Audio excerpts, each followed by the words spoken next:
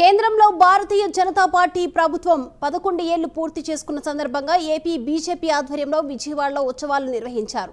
ప్రజల సంక్షేమమే లక్ష్యంగా నరేంద్ర మోదీ ప్రభుత్వం పనిచేస్తుందని కేంద్ర మంత్రి కిషన్ రెడ్డి తెలిపారు. దేశంలో ఆహార ధాన్యాల ఉత్పత్తి రికార్డు స్థాయిలో జరుగుతుందని తెలిపారు. ఉగ్రవాదంపై రాజీ లేని పోరాటం చేస్తున్నామని కూడా అన్నారు. దేశంలో మౌలిక వసతుల కల్పన చాలా వేగంగా జరుగుతుందని కిషన్ రెడ్డి తెలిపారు.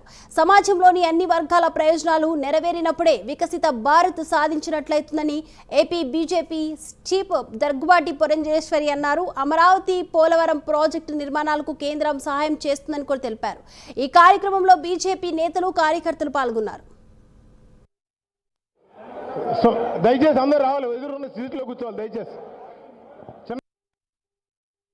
కరోనా అయిపోయిన తర్వాత కూడా పేద ప్రజలకు ఇస్తున్నటువంటి ఉచిత బియ్యం పథకాన్ని ఆపకుండా సుమారు 81 కోట్ల మందికి 140 కోట్ల మంది ఉంటే 81 కోట్ల మందికి ప్రతి నెల ఏ ఒక్కరికి ఆపకుండా ఏ రోజు ఆలస్యం చేయకుండా ఈరోజు ఉచిత బియ్యం పేద ప్రజలకు అందిస్తున్నటువంటి గొప్ప కార్యక్రమాన్ని మోడీ గారు చేపట్టిన విషయాన్ని మనవి చేస్తా ఉన్నాను. ఇంత పెద్ద ఎత్తున food grains free food grain distribution scheme ప్రపంచంలో ఏ దేశంలో కూడా లేదు.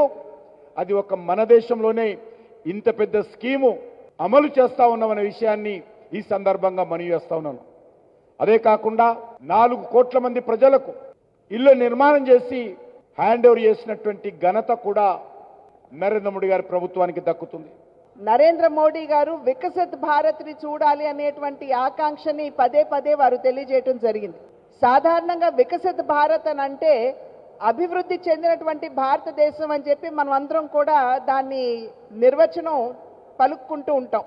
2014లో భారతీయులందరూ కూడా ఒక మార్పుని ఆకాంక్షించి ఒక మంచి పార్టీని, ఎందుకంటే అప్పటి వరకు కూడా స్కాములతోటి విసిగి వేసారిపోయినటువంటి భారతీయులు ఒక మంచి పార్టీని, అవినీతి రహితమైనటువంటి ఒక పార్టీని అధికారంలోకి తీసుకురావాలని, దృఢమైనటువంటి నాయకత్వాన్ని దేశానికి అందించగల పార్టీని తీసుకురావాలని, ఒక మంచి నాయకుడి చేతిలో దేశ పగ్గాలు పెట్టాలి అని చెప్పి భావించినటువంటి సందర్భంలో మార్పు ఏదైతే ఆకాంక్షించారో ఆ మార్పు 2014 ఎన్నికల్లో భారతీయ జనతా పార్టీని అనూహ్యంగా ఆశీర్వదించి అధికారంలోకి తీసుకురావడం జరిగింది.